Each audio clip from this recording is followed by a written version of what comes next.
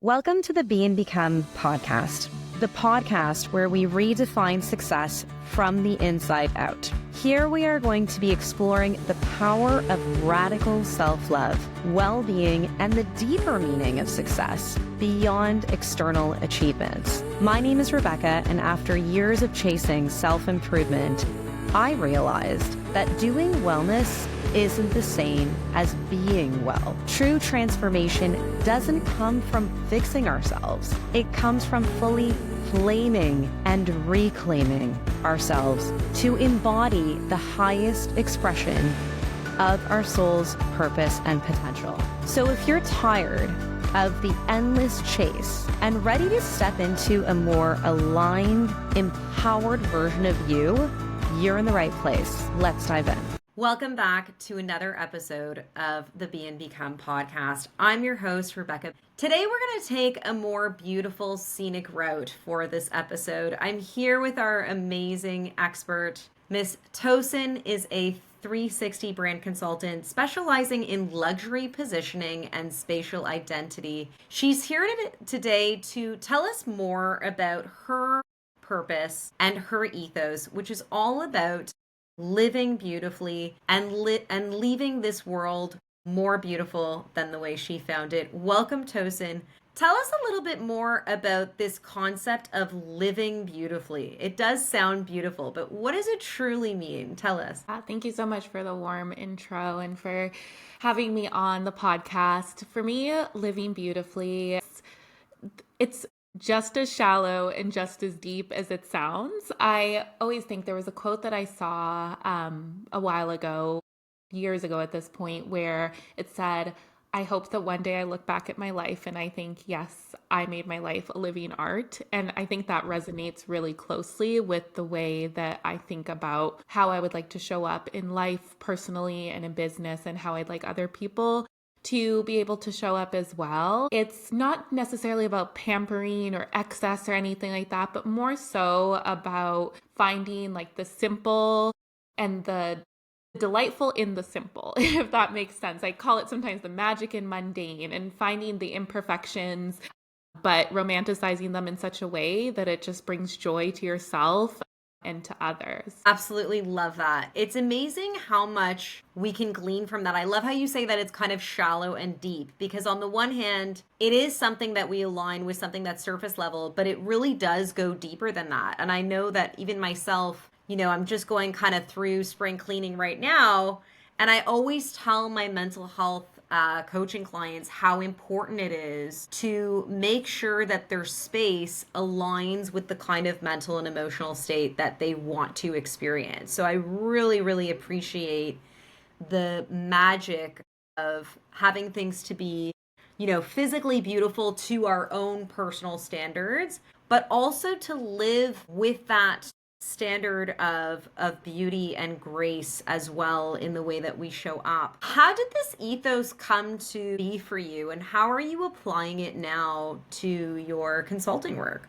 Yeah. I think that this all started like somewhere deep in childhood. I was the kid who had like the sparkly pink binders and the pretty pens, and everything around me had to be so pretty, and I cared about my outfits and everything like that. But I felt at the time, I was the girl who, walking down the halls, the teacher would be saying, like, this is not a fashion show. Like, what are you wearing? And at the time, it was oftentimes almost scolded or placed down, where it was like, this stuff is not important. It's a little bit frivolous.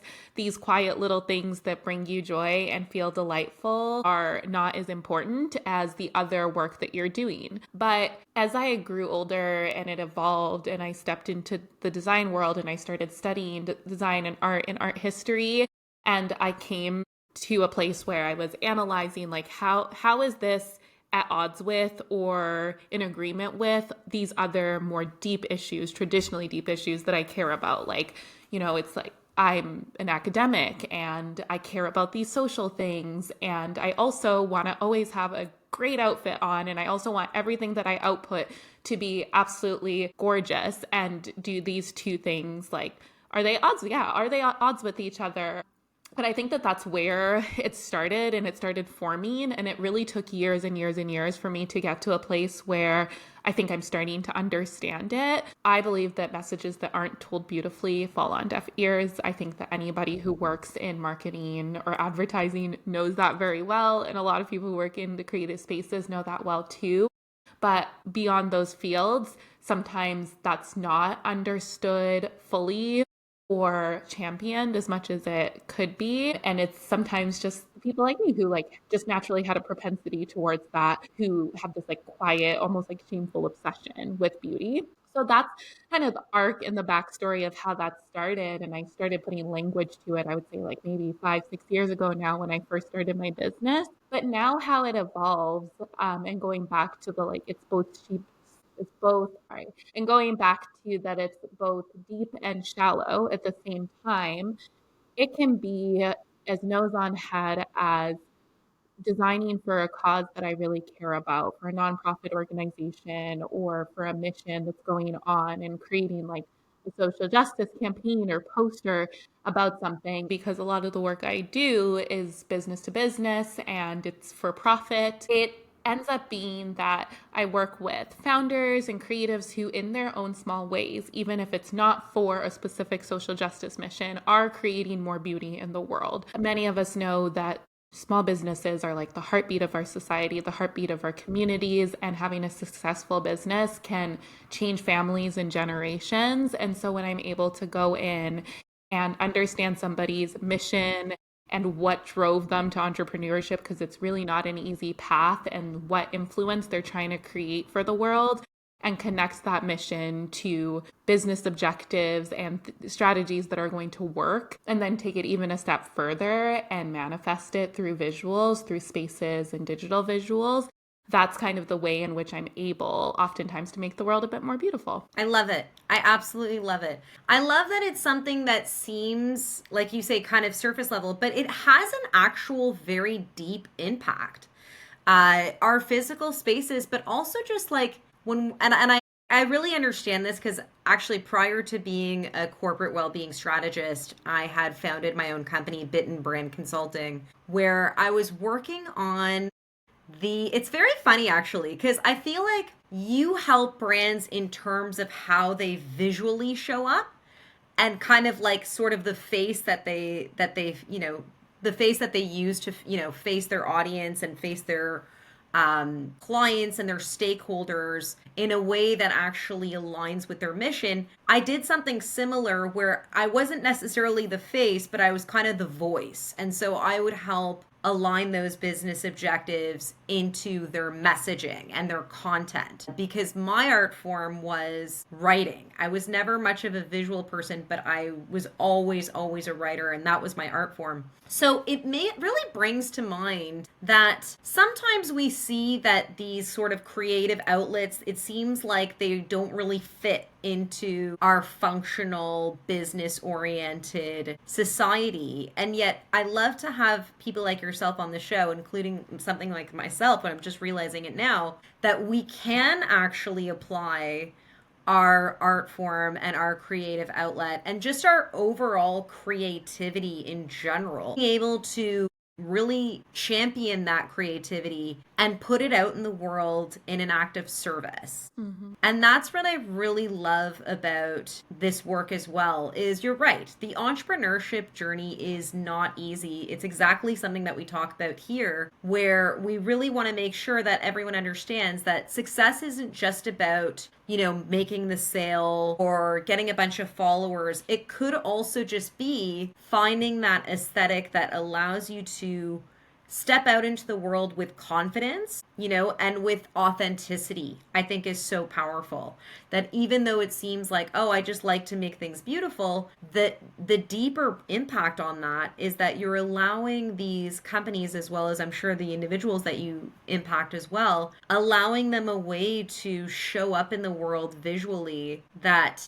makes them feel more powerful and gives them kind of that empowerment to succeed in those business objectives. So it's amazing how a lot of these kind of creative trajectories do actually fuel business objectives, that there is a function to it as well as a form, which I really, really love. And it makes a huge difference. Like, I really do think that when we think about, being our higher selves, which is really what this is all about, kind of having that self-evolution to be our higher selves. It also really matters how we look and how we present ourselves. It's a big thing. And it's not just about, how we present ourselves because we're fishing for external validation, but just so that we can kind of come into our being and say, yes, this is what I look like. This is how I'm representing myself or my business or my brand, and it feels aligned with me. I wanted to know a little bit about, in terms of that, because we do know that our spaces matter to our well-being. The way we show up matters. I know that even myself, when I was dealing with a lot of my mental health issues, even just getting up and showering and putting on an outfit that I love and making sure I look presentable for, the situation and the mood that I'm in, actually made a huge impact on how I feel and how I show up and the results that I get in the end. So I guess my next question is, what is the transformative component with, having this dedication to be a person that, cares about not only how beautiful things look, but also how beautiful things feel? What's that kind of personal transformative component that comes with that sort of consideration and dedication? Yeah. When you said earlier you likened it to the face of a brand, my mind kind of lit up with like all these analogies of going to the hairdresser or putting on an outfit or putting on makeup, things like that, where it's like, why do we do those things?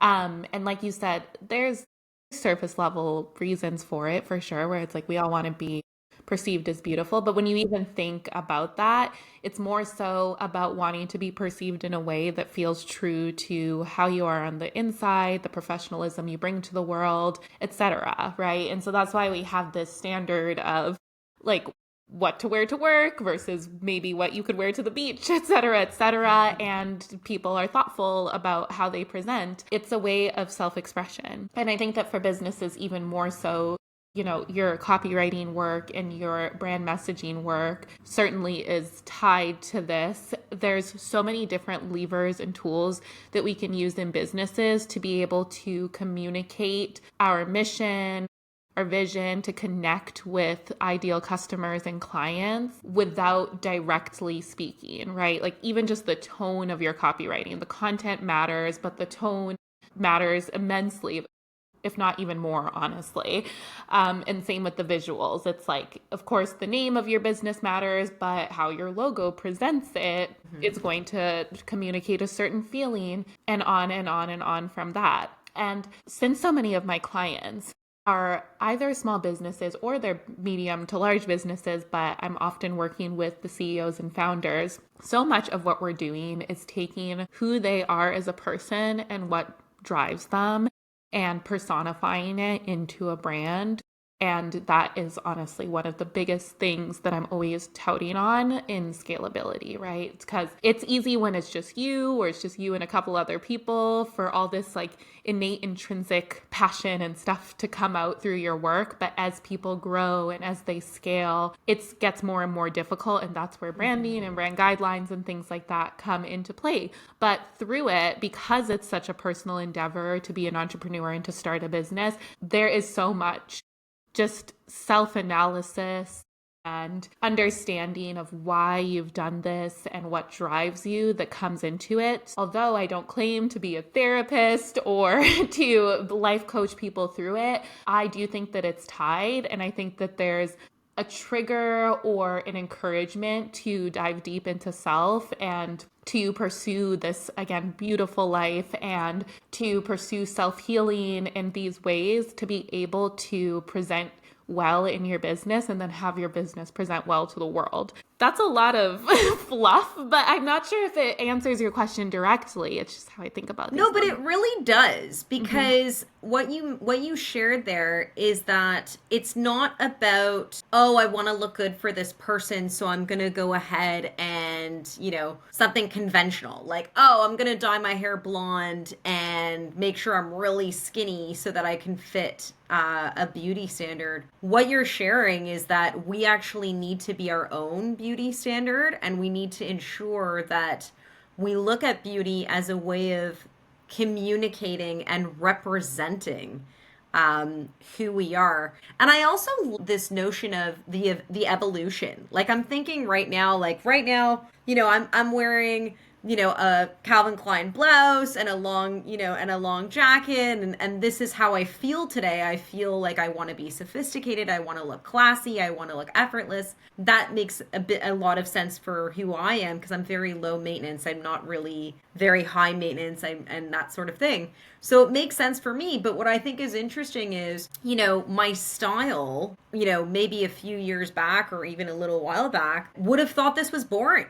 Would have thought this was too corporate or was stuffy or what have you. So it's interesting how, as our insides evolve, we also need to change our aesthetic as well. Just like a rebrand, right? In a lot of ways, as we go through this healing journey that we talk about so much in the show, we are going through a rebrand. And that rebrand really does rely on an aesthetic that can communicate that rebrand. A rebrand of our soul, a rebrand of our priorities, a rebrand of, our image, not just on the physical, but also using it as a communicative channel, which I thought was really interesting. That beauty can actually be a form of expression and communication as much as a presentation, which I think is so important and amazing. I also noticed too, I'm sure there are some people that might be listening to this where they think that,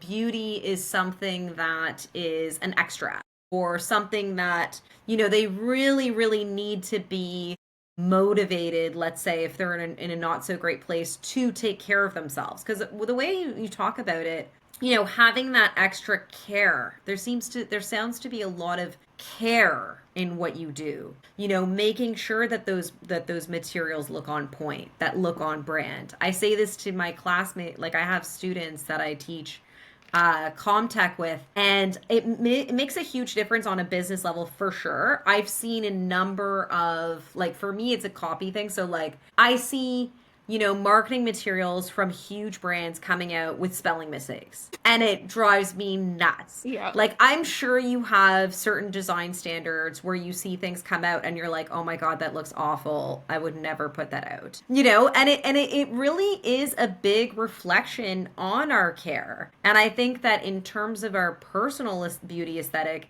that is a level of self-care. So keeping that in mind, if let's say somebody is having trouble, let's say, interacting with that self-care or keeping up with their physical appearance or physical hygiene, or even just the physical appearance of their place, what would be the most motivating way? What's something simple that they can do to kind of beautify their space or their appearance to give them that lift that, doesn't require, a major makeover, so to speak? What's something that we can do on a small scale for those of us who are just like, man, I'm just happy that I even shower today. I'm just happy I even have makeup on, let alone make my everything beautiful. How can we take those baby steps to get that boost and that feeling of self-care in beautifying our spaces and ourselves? Yeah, that's a great question. And I like it because it draws on how sometimes beauty can lead transformation in ways where you mentioned earlier that sometimes like we have business objectives or personal objectives, and then the beauty is external. It's like, oh, like I evolved into this person and I feel classy and sophisticated, and so therefore I put on the outfit that matched that feeling. I think it goes that way, and it also goes in inverse as well, which is I think what you were touching on a little bit later, where I am similar to you. First of all, I have like 7 different moods and personalities where some days I am such bright neon colors. I'm like color Yes. blocking and bold patterns and just I'm pretty much always in a crazy glasses mood, but I have even crazy Love the ones. glasses, by the way. Thank you. Definitely big on the glasses game right now, for sure. Yeah, thank you. These are my simple ones. They're my prescription ones. I have fun ones. And so, there's that side of me. And then there's also the very like restrained side where I love wearing all white and it's super classy. And it does depend, first of all, on how I feel that day and also what I need to feel that day, right? Like, am I going into a big client meeting and I want to feel like, I'm in charge, authoritative, and that everybody in the room can listen to me and that I have something important to say? It's going to be a different outfit that I put on if I am vacationing through Europe with my husband and I just want to feel fun, free, and flirty, right? And so all that around to say that as somebody, I mean, I've dealt with several mental health challenges in my life as well. And I think what we're talking about is like at the tippity top of that Maslow's hierarchy of needs. It's just a pyramid that essentially at the bottom, it talks about like just having your basic needs met, like food, water, shelter, all those things. And as you progress to the top, it's about self-actualization, right? And when our mental health, at least in my experience, is at a low, you're not really hanging out in the zone of, do I want to feel flirtatious or powerful today? Like you said, you're more in a space of like,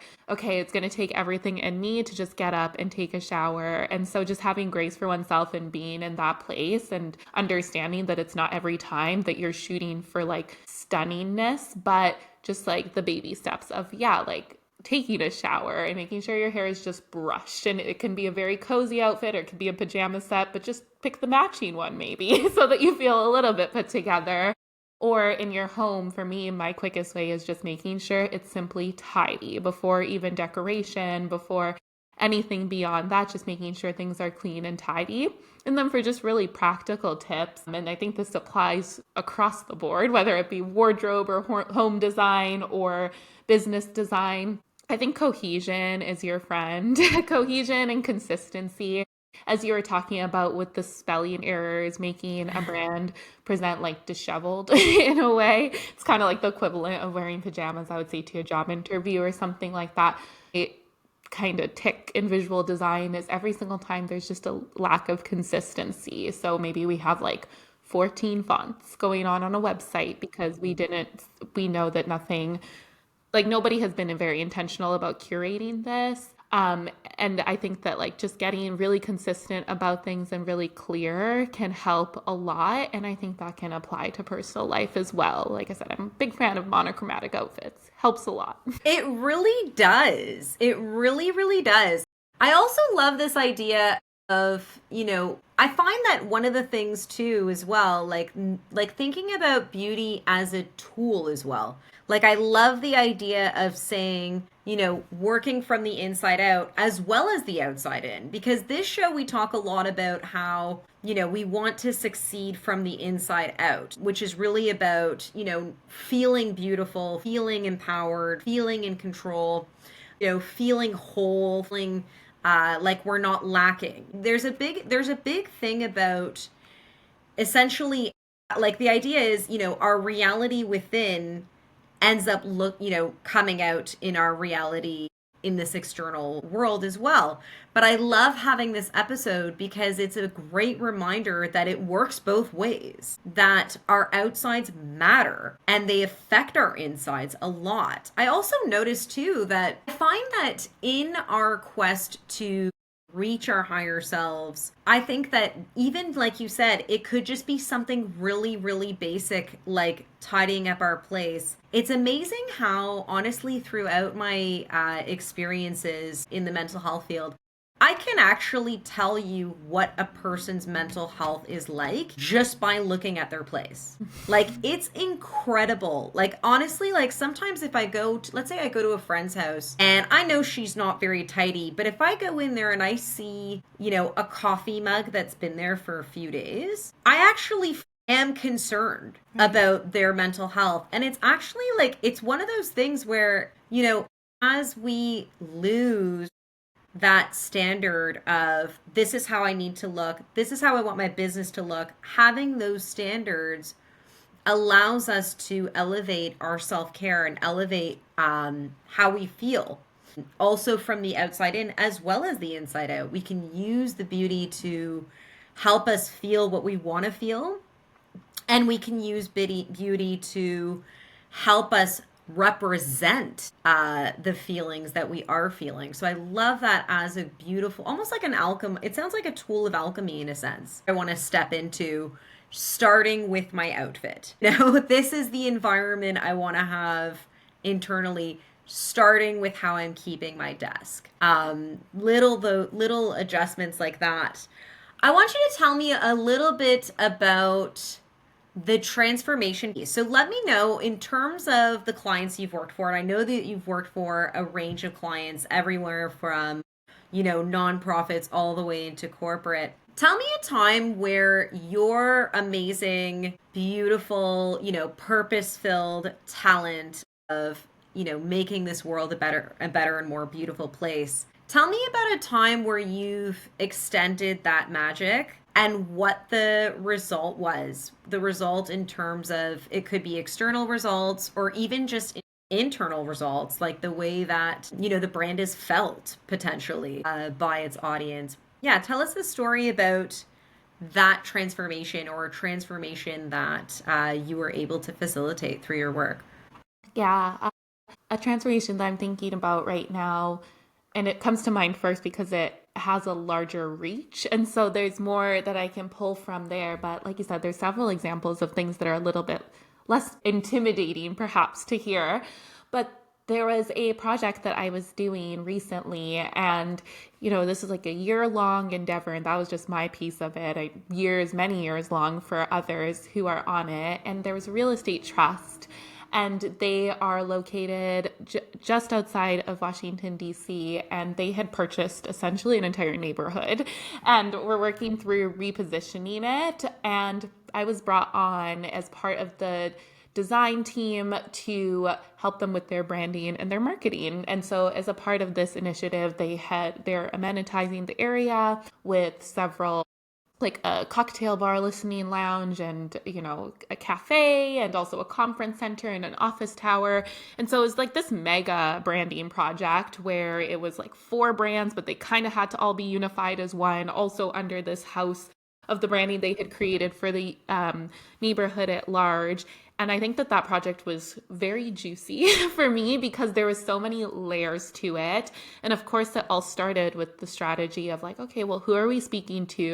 Who's existing and they're living and enjoying this area already? Who do we want to bring in? Who do we want to bring in more of? And what do those people care about? Not over focusing and indexing on demographic factors like how old are they and how much do they make and what job title, but really thinking about like, what do these people value and care about, and what spaces and visuals and imagery and just feelings will make them feel seen, heard, accepted, and excited to be in this space. Moving into naming and logo design, and then creative directing the architects who were on the project and the interior design, and really getting into the nitty gritty all the way from the high level down to the menus that will be put on the tables. And in the end result, they're currently constructing it, so I'm still seeing the results unfold, but it was really helpful and influential in them being able to land like big name anchor tenants for the area, like Fortune 50 brands, and be able to, their marketing team was able to then leverage those brands and the amenities and just the whole feeling and ambiance that we were bringing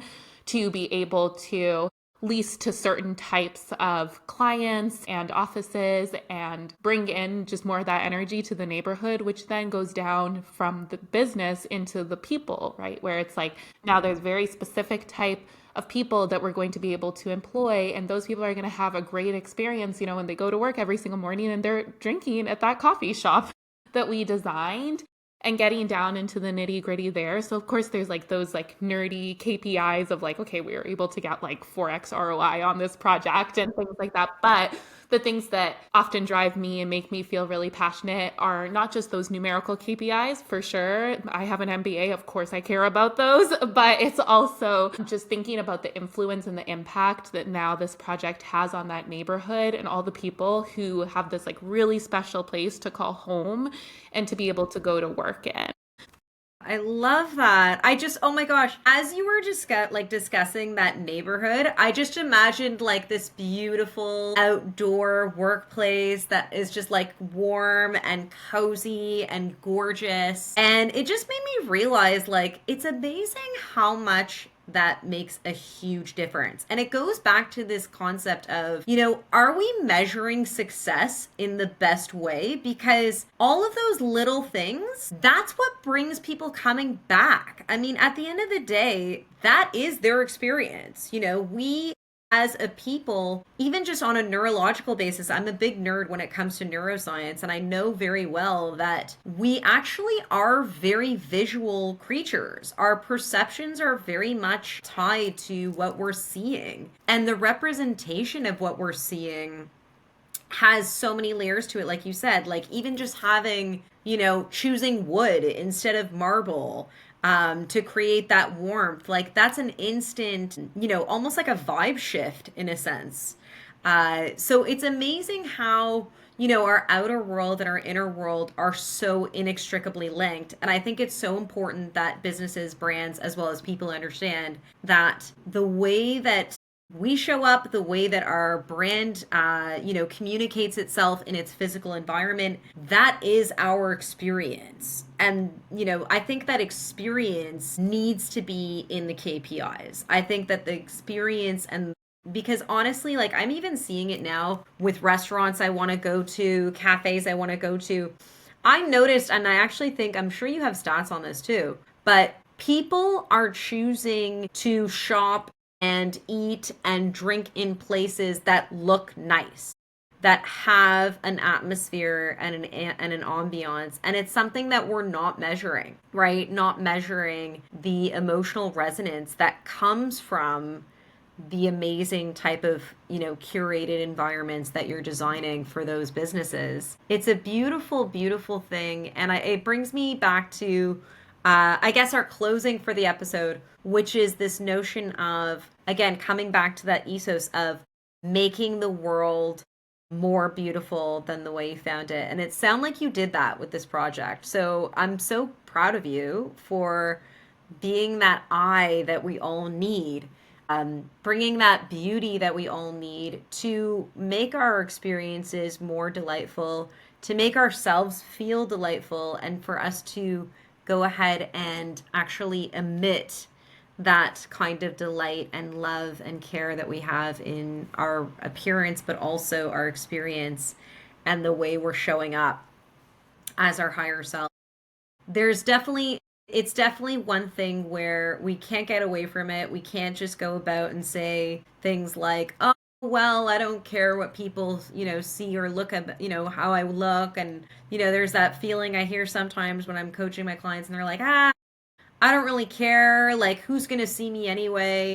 But it's a very good reminder that if you want to be evolving into your higher self, you got to look the part.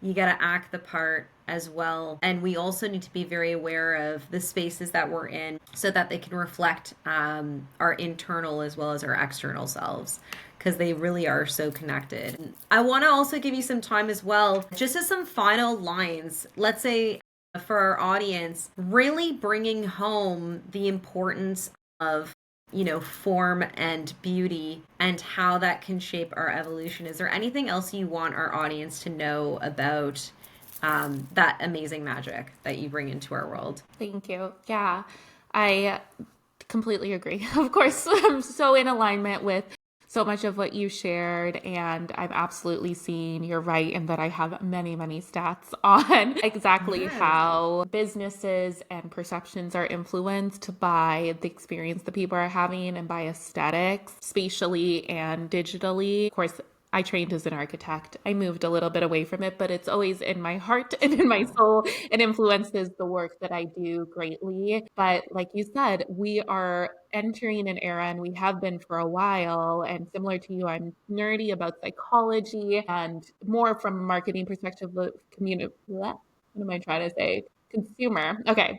More from a marketing perspective of consumer behavior and how that has been evolving over the last few years to really favor and lean towards experience over other types of perception. And we've seen it really culminate in the last couple of years, I think, because of things like the economy shifting and the pandemic having us miss out on so many in-person experiences and all sorts of other things. And also just like incomes going up, like when you look at the average lifestyle of how people live now, and if you were to compare that to 50 years ago, we all live probably like the aristocrats like 50 years ago would Yeah, have, probably. because things are shifting and changing. And so what we've seen in 2024, we saw like quite a big attrition in some markets and in the luxury markets. And that was because people are starting to value experience over things like product or brand names and things like that, which is great news for hospitality brands. But then where does it leave the rest of us, right? Well, it leaves us in a place of being forced to, and I think it's a good forcing, like I think we should always do this, but being forced to delight people in all sorts of ways. So of course, if we have brick and mortar locations, creating something that is tactile and beautiful and engages every sense from smell to sound to touch, like you said, choosing materials that make sense for who you're speaking to and how you would like that specific profile, that type of person to feel. Going into digital and just making sure that every touch point is delightful. And again, as a person, like as an individual person, creating those experiences for oneself as well. Yeah, like giving yourself the same attention and the privilege to be able to experience the world beautifully. So it's all so important to me, and I appreciate you kind of giving me space to talk and pontificate about it, and for being here with me in this thought pattern. It's amazing to have you. Thank you so much for being on this episode and really reminding us that, our outward experience and our inner experience must be aligned. We need to be creating more beautiful experiences, both for ourselves, our clients, and our businesses. Thank you so very much, Tosin. Did you want to also share as well with our audience how they can connect with you so that they can really leverage that amazing magic and service that you bring to your clients and to the world by beautifying our experience and making just everything a delight? How can they get in touch with you and really take advantage of your amazing magic? Absolutely. Yeah. They can head over to my website. It's oluwatosin.net, oluwatosin.net. And from there, there's everything. I'm on all the socials, on LinkedIn and Instagram, whatever tickles your fancy the most. And of course, my email and everything is linked out from there. So it's a good hub to find everything. Phenomenal. Thank you again for being here. This is another episode of Be and Become.